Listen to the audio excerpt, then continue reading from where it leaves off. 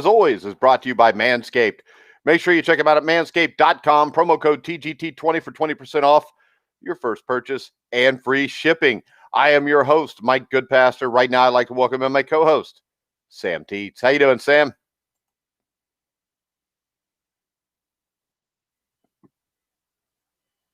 You there, Sam? Yeah, I'm there. Can you hear me?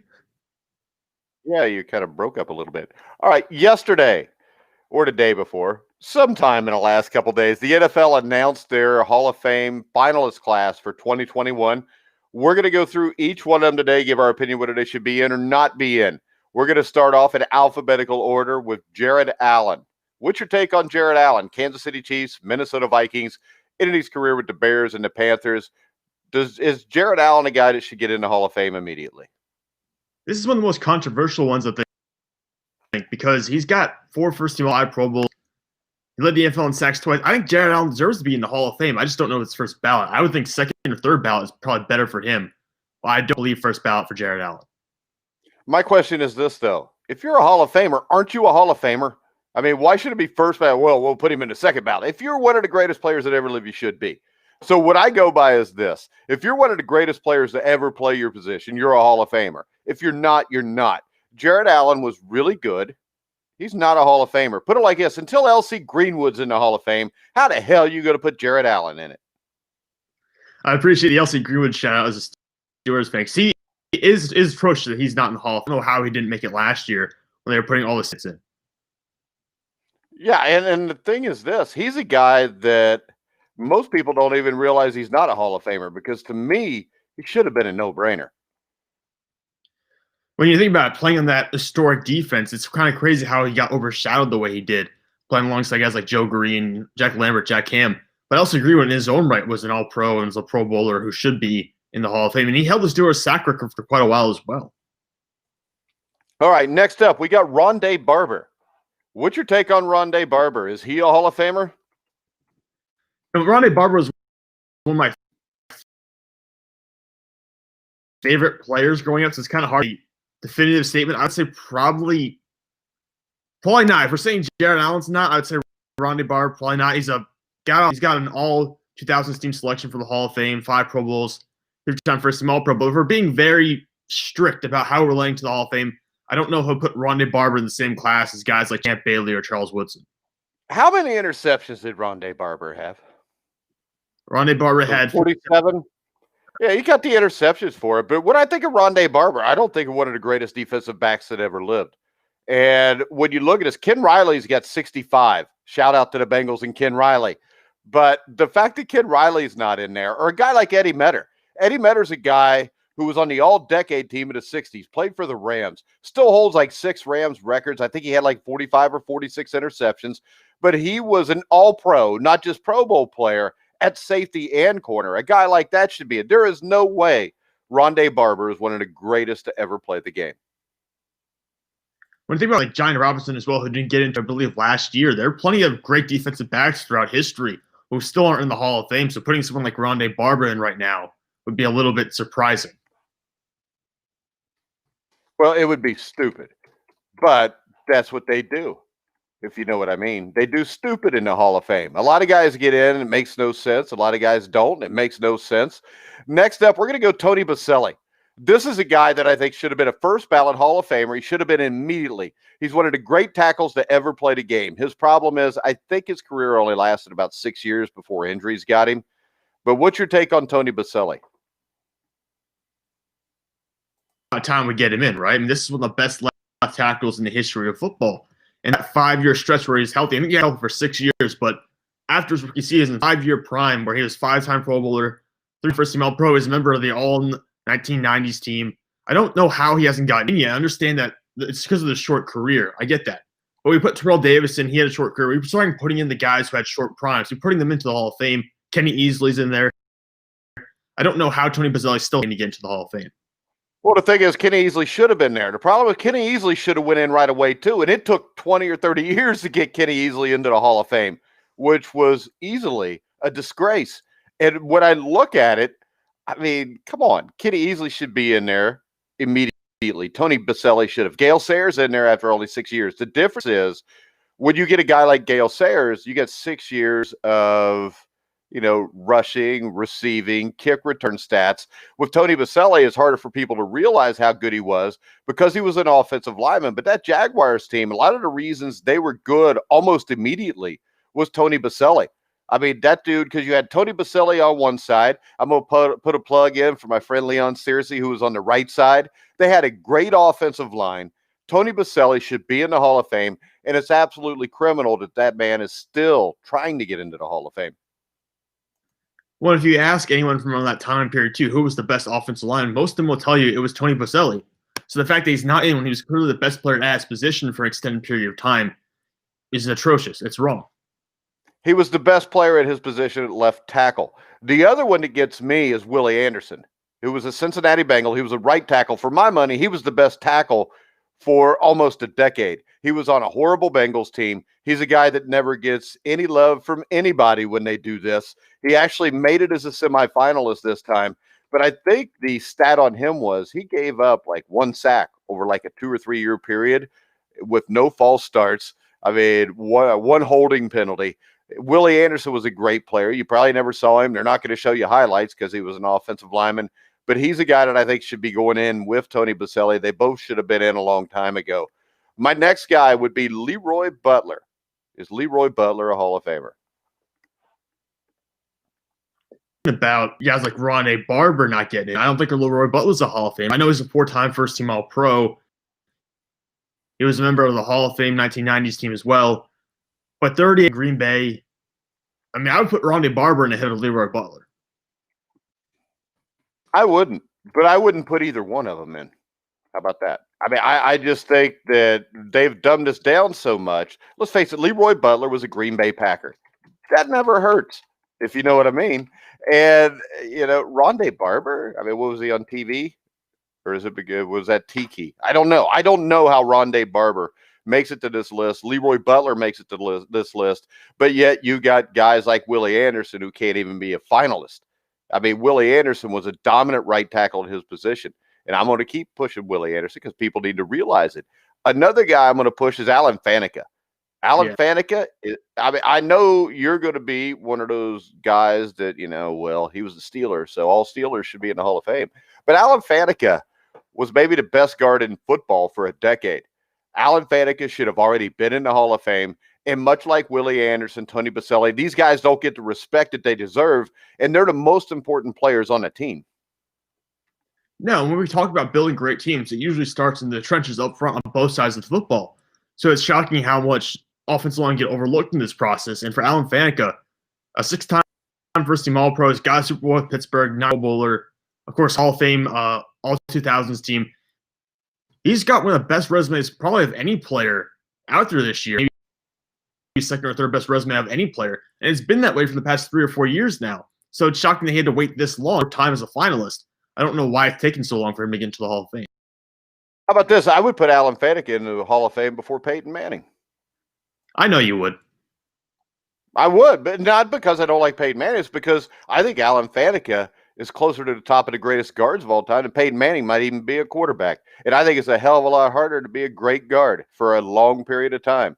It pisses me off that the offensive linemen and defensive linemen, especially like defensive tackles, are basically ignored when it comes to this. And it's stupid. Now, let's go to another player. We've got Torry Holt, former great Ram. Greatest show on turf. Is Torry Holt a Hall of Famer? They just put Isaac in this past year. I think they're going to put Torry Holt in eventually, but I don't know if Torry Holt would qualify so much because they have seen receivers come out for years. Like, if you ask me, would I rather put Torry Holt or someone like Andre Johnson who retired within the past 5 or 6 years? Would I rather have Torry Holt or Andre Johnson in the Hall of Fame? I would say Andre Johnson. So I probably wouldn't put here. I would take Torry Holt. I mean, if you go numbers alone, real quick, pull up Lynn Swann's numbers.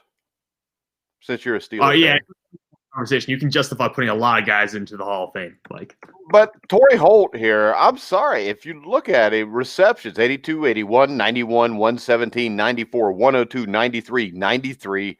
At the end of his career, he petered off to 64. over 13,000 yards, 920 receptions, 74 touchdowns. Torry Holt and Isaac Bruce are Hall of Famers to me. And yes, I would take Torry Holt over Andre Johnson because I think he was better. All right. Okay. Now, if you go by what I think the criteria should be, no, Torry Holt's not a Hall of Famer. He's not one of the greatest wide receivers that ever played a game. And by the way, neither is Andre Johnson. No, we're talking about the greatest to ever play the game. We're talking about Jerry Rice, Larry Fitzgerald, Randy Moss kind of guys. But this is what I go to. If you got Jerry Rice, Don Hudson, even throw in, Terrell Owens, Randy Moss, does Andre Johnson or Torry Holt compare to those guys? No, not really. We talk about those guys in top 10 conversations. We don't put Andre Johnson or Torry Holt in that discussion. Yeah, so how in the hell are they going to be Hall of Famers? I mean, you've got these guys in Hall of Famers and wide receivers. Maybe they should have levels to the Hall of Fame where you got really, truly the greatest that ever lived up here. Because Torry Holt's nowhere near Jerry Rice. He's nowhere near what John Hudson accomplished. Or Don Hudson, sorry. But when I look at that, once again, I think the NFL should be for the greatest players that ever played the game. And, we're talking about it's really turned into the Hall of very good. Yeah, I mean, what you said, there are layers to it. Yeah, right now, Calvin Johnson or Torry Holt, who would you take? Well, obviously, it's going to be Calvin Johnson. This is a top 10 wide receiver we're talking about here. Yeah, of all time. So Calvin Johnson belongs in the Hall of Fame. If he wasn't in Detroit, he'd probably still be playing. But and his numbers, 730 receptions, 11 or a little over 11,000 yards. He really only played, about 8 years? And then he got the hell out of Detroit. You can't hold that against him. But Calvin Johnson, I could make a case as even a lot better than top 10 all time. Well, some people will say that he's the best receiver they've ever seen. And it's not just young people. So it's some people who have seen Jerry Rice and say Calvin Johnson was the most dominant wide receiver they've ever seen play. So if you've got people testifying like that, including former players, you have to at least 10. Yeah, so we agree. He is definitely a Hall of Famer. And when you put levels, he would be at the top. Is John Lynch at the top? When you look at safeties, is John Lynch one of the greatest to ever play the game? No, I don't think John Lynch is one of the greatest safeties to ever play the game. Do you think he's a Hall of Famer? He's very good. He's a very good safety. Don't get me wrong. He's had a very great career. But if we're talking about the top of the top, the best safeties of all time, which compares to, say, the top 5 or 6 guys who will be up there, even then, I don't know if I would put him in that conversation.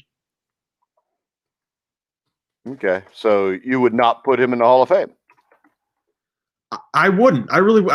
It's tough. I like John Lynch. John Lynch has had a great career as well. But if we're leaving some of the guys that we are, I would not put John Lynch. All right, next up, Peyton Manning, obvious Hall of Famer, won a couple Super Bowls, threw for a lot of yards. There are levels here, but Peyton Manning, I think, would at least be in the bottom of my top 10. I wouldn't put him in the top part of it, but Peyton Manning, no doubt, had a Hall of Fame career. Yeah, it's pretty simple. I think the biggest flaw with his career is the fact that he only won 2 Super Bowls, one of which, of course, was with basically all the defense carrying him through with Denver. If he had won 3 or 4 Super Bowls, that would obviously transition quite a bit. All right, next one for our Cleveland Brown fans, Clay Matthews Jr. Now, I know you know nothing about him except that he had a son that played in the NFL, but Clay Matthews Jr., is he a Hall of Famer? No, this is a guy a lot of people really like, Clay Matthews Jr., but I think his legacy has gotten a little bit inflated since his retirement, right at this point in time, because everyone's trying to get him in the Hall of Fame because he's a beloved fan favorite kind of player. But does he compare to Jack Ham or Jack Lambert? No, he doesn't. Let's not joke around. He's not a Hall of Famer. He's a great player, but he's not a Hall of Famer. What are his stats? What are his sacks? Stuff like this. Give me sacks and his interceptions. All right, so he's got 6.5 sacks. Granted, they didn't count like the first 4 or 5 years of his career because sacks weren't kept that early on. 16 interceptions and 1,600 tackles. How many games did he play in? Like a million? 278. 278. All right, I can tell you this. As a Bengals fan, I watched a lot of Browns and Clay Matthews Jr. I never, ever thought, oh, shit, we're going to play the Browns. How are we going to block Clay Matthews Jr.? What I will tell you is this. Reggie Williams, who was a linebacker at about the same time with the Bengals, who put up close to the same stats. I think he played a little bit before. I think Reggie had like 6 or 7 years where there was no sack records kept. I think he had 41. He had 16 picks and a lot less. And he was a great team leader. And this is the difference between Reggie Williams and Clay Matthews Jr. Reggie Williams led his team to the Super Bowl twice. I don't believe I don't think he ever got that far. No, Clay Matthews Jr. lost in the playoffs.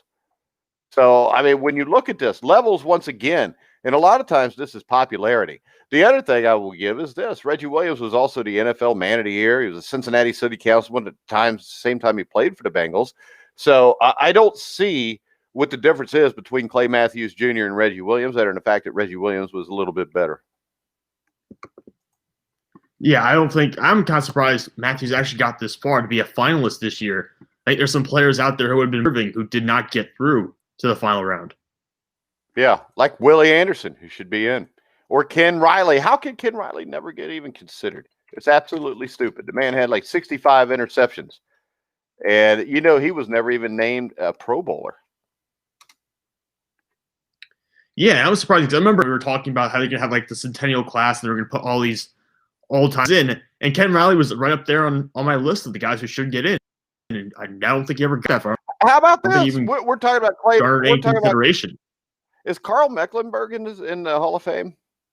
No, I don't believe he's not in the Hall of Fame. Carl Mecklenburg was a hell of a lot better than Clay Matthews Jr. So all you Brown fans out there listening, I know there's a lot.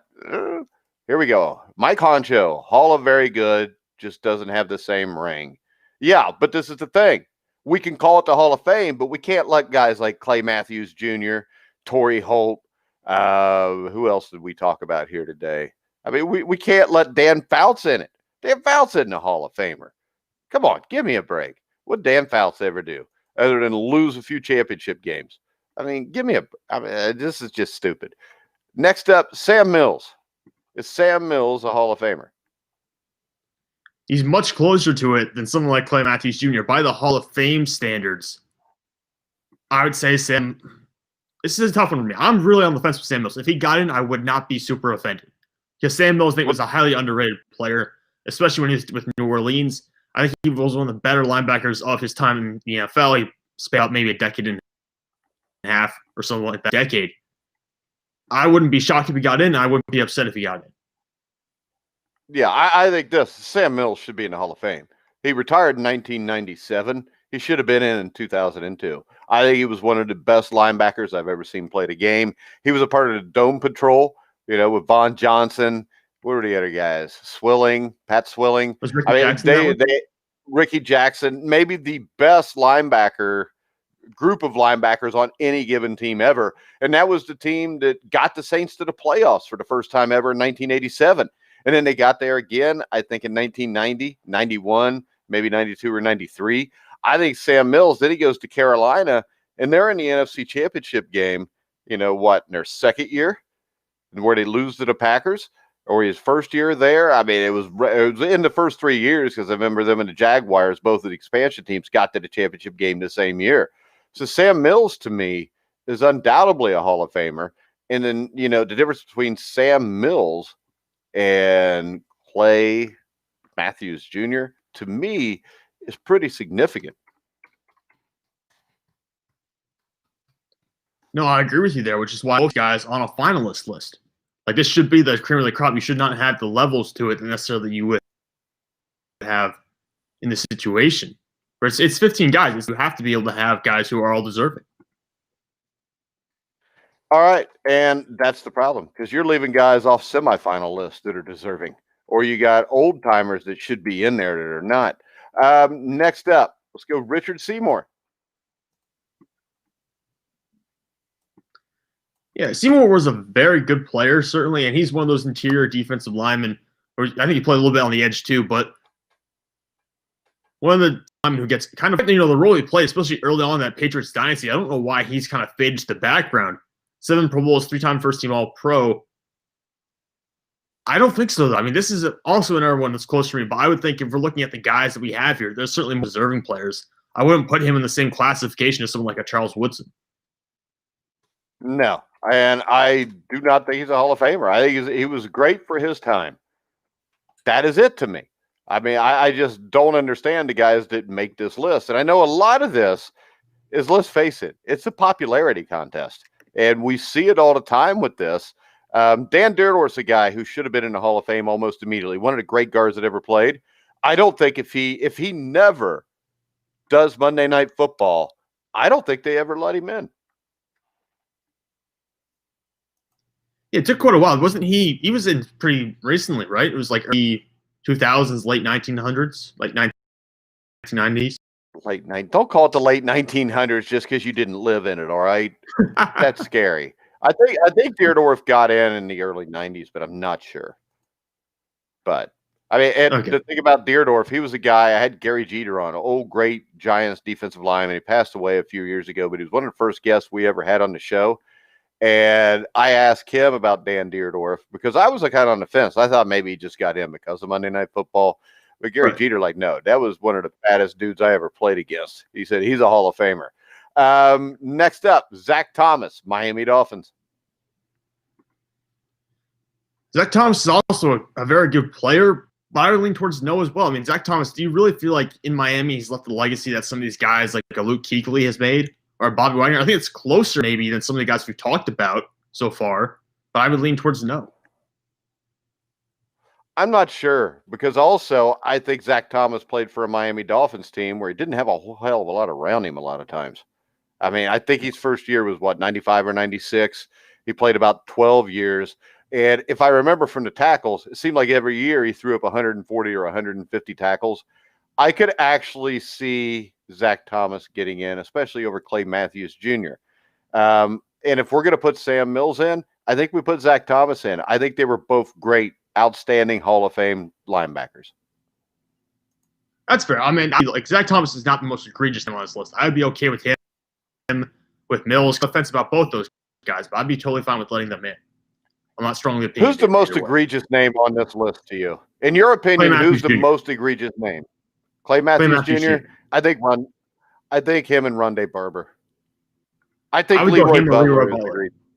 I think Leroy Butler going to get in someday. I don't know if it'll be now or not, but they'll probably let his ass in. Because he's a Green Bay Packer? It always helps. It never hurts to be a Green Bay Packer or a Pittsburgh Steeler unless you're LC Greenwood. All right, next up, let's go to an Indianapolis Colt. Reggie Wayne. What's your take on Reggie Wayne? Colleague again, right? Being on Colt helps out too. That's one of those teams that you get a little bit of a boost for playing that role. But to me, Reggie Wayne, great receiver for his time, much better than Marvin Harrison. And you can see the difference between Marvin Harrison and Reggie Wayne. So I know he's got the numbers. I know he's a very good player, but I would not put Reggie Wayne in the Hall of Fame. Yeah, and that's the thing that stands out to me. You can't put him in the same stratosphere as a guy that played on the same team. So how are you going to put him in the Hall of Fame with Marvin Harrison? Makes no sense. I would argue there's a bunch of receivers from this generation that are more decorated than Reggie Wayne. Despite playing alongside Peyton Manning. Yeah.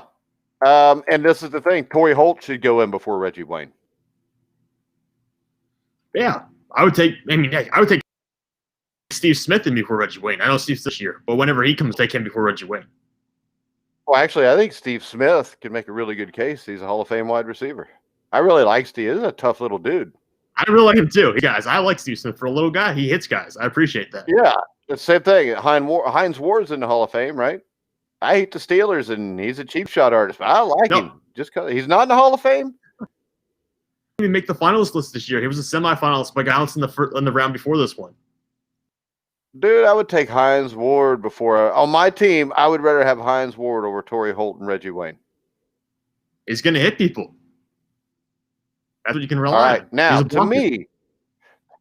to me, Charles Woodson is the number one guy in this Hall of Fame class. I know they will give it to, Peyton Manning because he's Peyton Manning. But Charles Woodson, 65 picks, returned it for 966, 11 touchdowns. Charles Woodson, I mean, he had over 1,200 tackles. Charles Woodson, to me, is the number one guy. He's the face of this draft class. Yeah, Super Bowl winner, former Defensive Player of the Year. And we're talking about all-time great defensive backs. I think he is in the conversation. Even if you're talking about top 10 corners, he's probably towards the bottom list maybe, but he's in that discussion. I think he has to be. And even during his time in Oakland, when he came back, he was a safety after his time in Green Bay. He was very good in Oakland. And during Peyton Manning's maybe MVP year or the year before that, 2 or 3 times in the same game. So Charles Woodson, to me, he has the best resume of anyone on this list. There's also Peyton Manning, Alan Faneca up there as well. But Woodson was dominant. You can make the argument that he's better than Champ Bailey, who got in last year as the first ballot Hall of Famer. I would make that argument.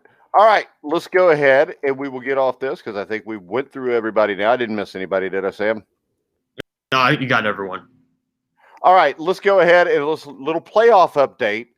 Buffalo Bills fans will have to take COVID-19 tests to go to the game. The Bills administered more than 5,000 COVID-19 tests in their stadium parking lot on Wednesday as they prepare to host 6,500 fans for Saturday's playoff game against the Indianapolis Colts. What do you think? I mean, it happens. It's better than what was Sean Payton's idea was they were going to quarantine like 50,000 fans and put them in the Superdome and have them like that just to get a home field advantage. Let's face it, though. Sean Payton's a dipshit. Now, what's a joke is this? I mean, to be able to go to this game, you got to pay for the tickets. But then the team adds a $63 surcharge to the game's ticket price to cover the cost of testing. Oh, they charge them for it. Okay. They're charging $63 and then set appointment times to everyone who got tickets so they could be tested on the stadium site in the days leading up to the game. So this is the thing. They had 5,000 people tested on Wednesday, right? What is the biggest issue with testing 5,000 people on Wednesday for COVID to allow them into a playoff game Saturday or Sunday? There's a lot of time in between. You bet your ass there is. So you've got Thursday, Friday. You could all of a sudden be positive Thursday or Friday. You done took your test. You're going to sit in there. Are they going to make fans wear facial coverings? Or as I like to say, slave shame mask? Yeah, so I mean, they're going to charge you $63 extra. You're going to take the test ahead of time, which means, hell, you could have, 500 people be positive by the time you get to the game.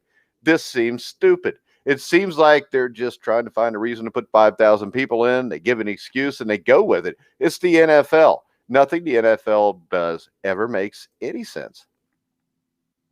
No, the NFL is very bad with public relations, and this is one of the reasons why. Like, you talk about all that time in between. So what is the point of that test then? Because it doesn't make any sense at that point. The test is basically null and void because you're not going to send someone home to sit around in their house and just wait until Saturday or Sunday. That's the way people got to work. If you're paying the extra money for the test, you have to work. You got to make that money back. Yeah, so you're going to pay like $200 probably just for a ticket and a test. All right, the Pittsburgh Steelers announced, Leonard and friends and family, the Pittsburgh Steelers would not prevent fans at Heinz Field for the playoff game against the Cleveland Browns on Sunday night. There had been some hope within the organization that the state would grant approval for a limited crowd similar to the 5,500 capacity permitted at home games in October and November. Ultimately, that did not come to fruition. So my question is this: could each Steeler player have like 1,000 fans or 1,000 family members?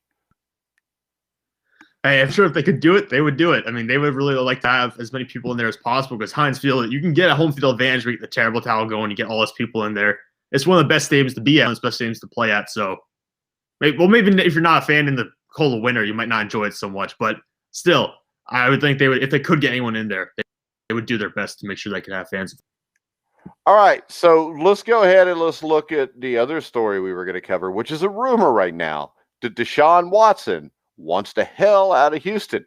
Now, I'm sure he wanted the hell out of Houston last year too, probably before the season even started. I would think this: if you want to get Deshaun Watson, you got to give up a lot. And I don't know why Houston would want to give him up other than the fact that he wants out.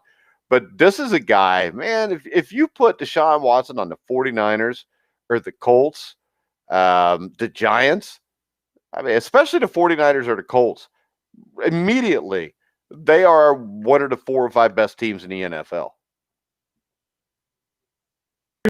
If you send them like somewhere like Carolina, would probably be playoff teams next year. Not one of the top 5 teams in the NFL, but they would still be solid teams.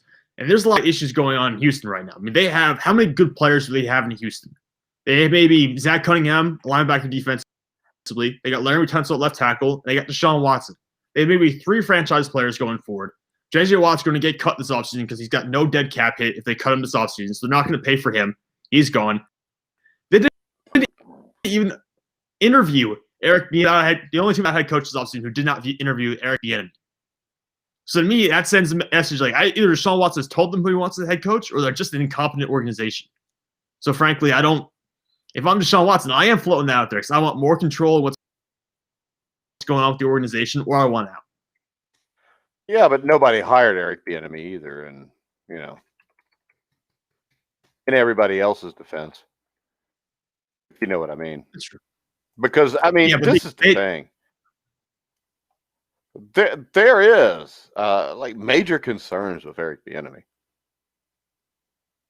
Really? All right, I'm here for this. Well, I mean, dude, when he was in college, got in trouble a lot. Altercation at a bar. He pleaded no contest, community service, and over the course of his college career, his driving record with DUIs and minor occurrences was huge. He was caught speeding in the state, was forced to post $1,000 bond because he got caught speeding so much. He failed to appear in court, driving with a suspended license. Nothing real bad until July 4th, 1990, when firefighters were called to his mother's residence after a small fire broke out due to fireworks belonging to his brother, igniting in a plastic bag. So they continued to search, thinking it was an electrical fire, but Bieniemy tried to stop them. And, they found some shit there. Let's just put it that way. He was suspended from the team for a game or two, and his pro career was mostly clean, but he was banned from Colorado's campus for a year after harassing and assaulting a parking attendant during a Colorado football game in 1993. And, when he coached at Colorado, he got a little trouble there too. He was Colorado's running backs coach. In 2001, he was arrested for a DUI. And, the other thing is during years 2 and 3, several rape allegations were pressed against Colorado players, and Bieniemy's time there ended while the school was investigating it, which we don't know what happened there, and I'm not saying he had anything to do with it, but there was a lot of stuff here. And, he was the center of a sexual harassment case involving 2 female athletic trainers. And there's a lot of stuff here. And when you look at Eric Bieniemy's coaching career, you wonder why he didn't get a head coaching job. But I think a lot of it is this past issues he's had, which makes people worry about him. No, that makes sense. I mean, I didn't know about all this stuff that you're bringing up now. It's the first time I've heard of all this stuff from the past. It does sound like at least most of it sounds like it's kind of in the rearview mirror, like 10, 15 years. But at the same point, you can understand if you're hiring a guy to be the head of an organization and you're hoping to win a Super Bowl with him or hoping to turn things around in New York or something like that, I can understand why, or even Houston, I can understand why you would be worried about something like that. I mean, it makes sense. Yeah. It's a high level investment. Yeah, because I looked it up the other day because I'm trying to figure out, is it racism? Because that's what everybody will say. But I think the opposite of racism is covering up a guy's past just to try to push him to get a job. And if I am a billionaire that owns $1 billion franchise, dude, I mean, when I looked up the Bieniemy stuff because my first thought when I heard some people talk about it was, I think that was all in college. But then when you look and you see, this also happened in his coaching career at Colorado. This wasn't just somebody between the ages of 18 and 22 being stupid and getting a DUI. He would get one when he was 28, 29, 30 also.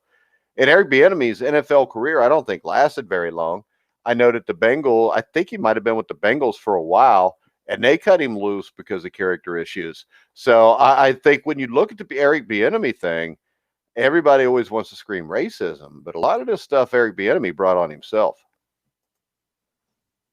Yeah, there is this much stuff kind of in this closet, and I can understand why people would be concerned about running back for the Chargers and for the Bengals for a little bit. Is that correct?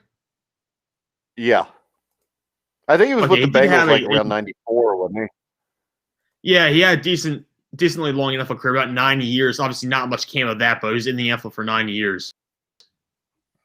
Yeah, but anytime you had to go to the Bengals, you did something bad.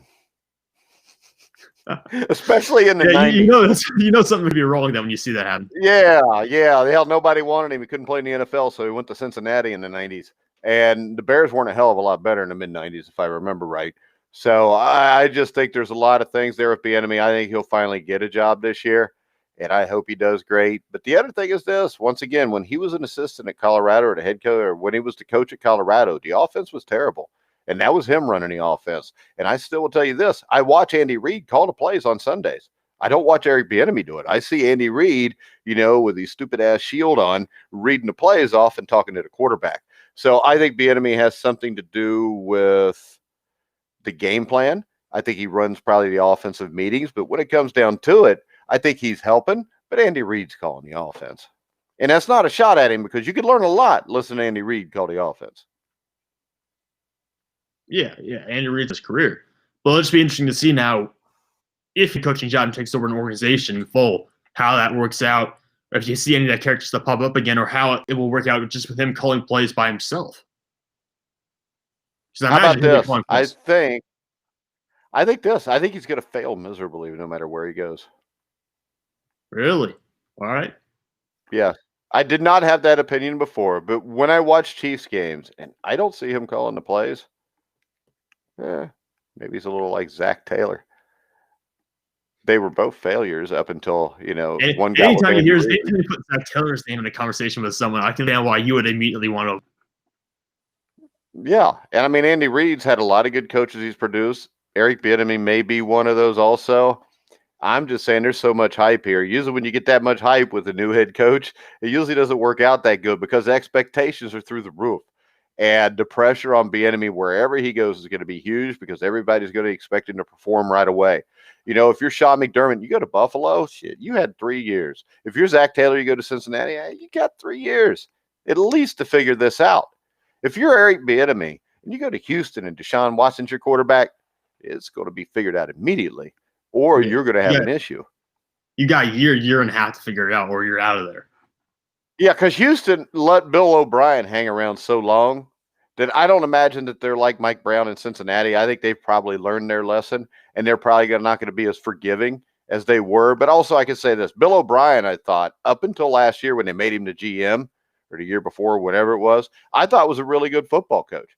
I mean, if I owned a team, I would hire Bill O'Brien as my head coach. I just wouldn't let him touch the, no trades for Bill. No roster. You could talk to me about the draft a little bit, but stay the hell away from the roster. We're not going to trade anybody. Don't be calling any other teams. But Bill O'Brien is, out of all the guys that got fired, I mean, hell, best one. Why not? Yeah. I mean, he was the coach right after Joe Paterno at Penn State too, correct? I think so. Yeah. I think it's after that. And within a couple years, he had that program turned around, and it was a mess after the Paterno incident. So, I mean, a guy like Bill O'Brien, I would feel more comfortable with than Eric Bieniemy, as long as he's not the GM. Now, I would feel better about Bieniemy if he would have been the actual offensive coordinator where he was at. And also, if when I punch his name in and arrested, I don't get a bunch of articles. Because I can tell you this, when I coached arena football, I get a guy hit me up and his film looks awesome and stuff. But what I always did, and I did this about 100 times a day, because you coach arena football, you're getting like 100 films from 100 different colleges. I'd just put in the guy's name and arrested. If it was clear and his film was good, I would then go put his name in and put scam. And then if he was still clear, then I would sign him. How many guys get weeded out that way? To tell you the truth, probably 90%. I mean, probably 70% just weren't good enough, but 90% got weeded out because of something stupid. And then the other thing is check their social media. which I wasn't as big on then because I was at a team that was an expansion team that was supposed to get our ass kicked. So I was closer to taking just about anybody the first year I was a head coach. And we actually made the playoffs, won more games than people thought. Then the next year, I was able to start putting arrested and scam behind that because I learned in the first year, you can win some games with guys that are like going to Dick's Sporting Goods and stealing stuff, and they call them the hot boys. But you can win a lot more if you don't have guys like that. Yeah. You don't have to worry about that kind of stuff. But, all right, guys, tomorrow we have the wild card pickup show. Of course, 1981 national champion Steve Risley will be on here to match wits with Sam Teets. And, of course, the Sheridan Report with Bobby Sheridan is putting up $1 million between Sam and Steve, whoever picks the most games correct during the playoffs. So we want to thank the Sheridan Report, Bobby Sheridan, at the Sheridan Report. Make sure you check him out for all your playoff picks. Sam, are you ready to take on Risley tomorrow? Oh, absolutely. I'm ready to go out and win this $1 million. Where you're just hoping that the Colts, he's going to pick no matter what. Oh, I'm hoping. Yeah, I'm hoping he's going to pick the Colts no matter what. If he does that, that's a free win for me.